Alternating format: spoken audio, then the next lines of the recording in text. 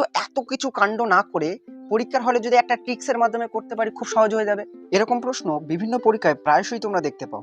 প্রশ্নটা কেমন থাকে, একটা আয়তক্ষেত্র আছে, তার বাইরের দিক বরাবর সমান মাপের চওড়া রাস্তা আছে, তাহলে এই রাস্তার ক্ষেত্রফল কত সেটা আমাদের বলতে হবে। বা জিজ্ঞাসা করে রাস্তাটা যদি ভিতরের দিকে থাকে তার ক্ষেত্রফল কি হবে। আবার জিজ্ঞাসা করে রাস্তাটা যদি মাঝ বরাবর হয়, এই যোগাকৃতি টাইপের হয়, তাহলে তার রাস্তার ক্ষেত্রফল কি হবে। আমরা ছোটবেলা থেকে কি শিখে আসছি, আয়তক্ষেত্রাকার মাঠের দৈর্ঘ্য যদি এল হয়, প্রস্থ বা ব্রেথ যদি বি হয়, তাহলে দৈর্ঘ্য ইন্টু প্রস্থ করে মাঠের ক্ষেত্রফল আগে বার করি। এবার কি করি, এই যে রাস্তাটা আছে চওড়া, মনে করো চওড়াটা হচ্ছে ডাব্লু, উইথটা হচ্ছে ডাব্লু, তাহলে রাস্তা সমেত দৈর্ঘ্যটা বার করি। প্রথমে থাকে এল, তাহলে টোটালটা কি হবে, এদিকে হবে ডাব্লু, এদিকে হবে ডাব্লু, তাহলে ডাব্লু ডাব্লু টু ডাব্লু, মানে দৈর্ঘ্য কত হবে এল প্লাস টু ডাব্লু, প্রস্থ কত হবে বি প্লাস টু ডাব্লু। এবার এই যে দৈর্ঘ্য আর প্রস্থ পেলাম নতুন, এই দুটোকে গুণ করে ক্ষেত্রফল বার করি রাস্তা সমেত। এবার আবার সেটাকে বিয়োগ করি। তো এত কিছু কাণ্ড না করে পরীক্ষার হলে যদি একটা ট্রিক্সের মাধ্যমে করতে পারি খুব সহজ হয়ে যাবে। মানে যদি একটা ফর্মুলা আমাদের মাথায় থাকে, সেই ফর্মুলায় মানটা বসিয়ে দেবো, সহজে উত্তরটা বেরিয়ে যাবে। রাস্তাটা যদি বাইরের দিকে থাকে এবং সেই চওড়া রাস্তাটা হচ্ছে ডাব্লু যদি ধরে নিই, তাহলে তার ফর্মুলা, রাস্তার ক্ষেত্রফল পাওয়ার ফর্মুলা হচ্ছে two W, two into W, W মানে কি উইথ, রাস্তাটা কতটুকু চওড়া সেটাকে ধরেছি W, into L plus B মানে দৈর্ঘ্য প্লাস প্রস্থ প্লাস টু ডাব্লু। এটা হয়ে যাবে কিসের ক্ষেত্রফল, রাস্তাটা যদি বাইরের দিকে থাকে।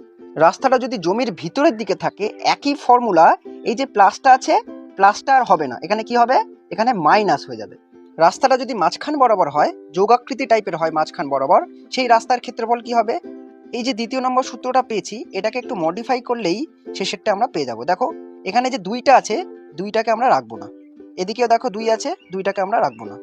তাহলে কি পেলাম, রাস্তাটা যদি ডাব্লু উইথ হয়, চওড়াটা হচ্ছে ডাব্লু হয়, তাহলে তার ক্ষেত্রফল হচ্ছে W into L plus B minus W, যেখানে এল হচ্ছে আয়তক্ষেত্রটির দৈর্ঘ্য আর বি হচ্ছে আয়তক্ষেত্রটির প্রস্থ।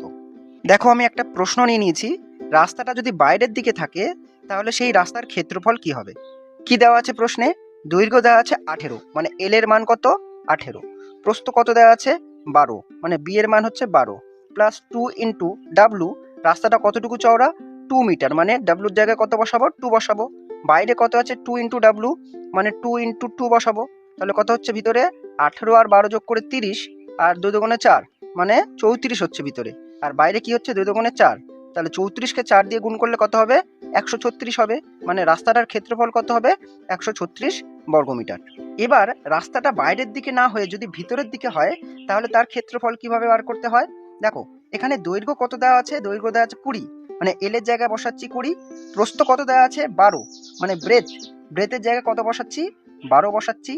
কতটুকু চওড়া রাস্তা 2 মিটার চওড়া রাস্তা, তাহলে ডাব্লুর জায়গায় বসাচ্ছি 2, বাইরে কি আছে 2 ডাব্লু, মানে 2 ইন্টু 2, তাহলে ভিতরে কি থাকছে 20 প্লাস 12 32, আর 2 দুগুণে 4, তাহলে 32 থেকে 4 বাদ দিলে কত হচ্ছে 28 হচ্ছে, আর বাইরে কত আছে 2 দুগুণে 4, 28কে 4 দিয়ে গুণ করলে কত হয় 112, মানে রাস্তাটির ক্ষেত্রফল কি হবে 112 বর্গ মিটার।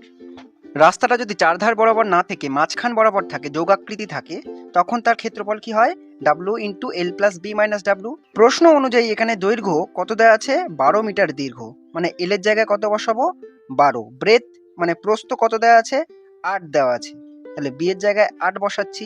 কতটুকু চওড়া রাস্তা দেওয়া আছে 2 মিটার চওড়া রাস্তা, তাহলে ডাব্লুর জায়গায় উইথের জায়গায় কি বসাচ্ছি 2 বসাচ্ছি, বাইরে ডাব্লু আছে মানে 2 বসাবো, তাহলে কি থাকছে 12 আর 8 20, 20 থেকে 2 বাদ দিলে কত হচ্ছে 18, আর বাইরে আছে 2, মানে 18 দুগুণে 36 বর্গ মিটার হয়ে যাবে মাঝখান বরাবর রাস্তাটির ক্ষেত্রফল। অনেক সময় প্রশ্নে এরকম থাকে, রাস্তার ক্ষেত্রফল না বার করতে দিয়ে বলে রাস্তা বাদে জমির ক্ষেত্রফল কত হবে বার করো। তখন কি করব, পুরো যে জমিটা আছে সেটা দৈর্ঘ্য ইন্টু প্রস্থ করে আমরা কি করব, পুরো জমিটার ক্ষেত্রফল বার করে নেব। আর এই যে সূত্রটা দিয়ে রাস্তার ক্ষেত্রফল আমরা বার করেছি, তাহলে পুরো জমির ক্ষেত্রফল থেকে রাস্তার ক্ষেত্রফল যদি বাদ দিয়ে দিই, তাহলে আমাদের রাস্তা বাদে জমির ক্ষেত্রফল পেয়ে যাব। আশা করছি কিছুটা উপকৃত হয়েছো। তো ভিডিওটা ভালো লাগলে অবশ্যই লাইক করে দিও, আর এরকম আরো ভিডিও পেতে আমাকে ফলো বা সাবস্ক্রাইব করে রাখতে পারো। ভিডিওটা শেষ পর্যন্ত দেখার জন্য অনেক অনেক ধন্যবাদ।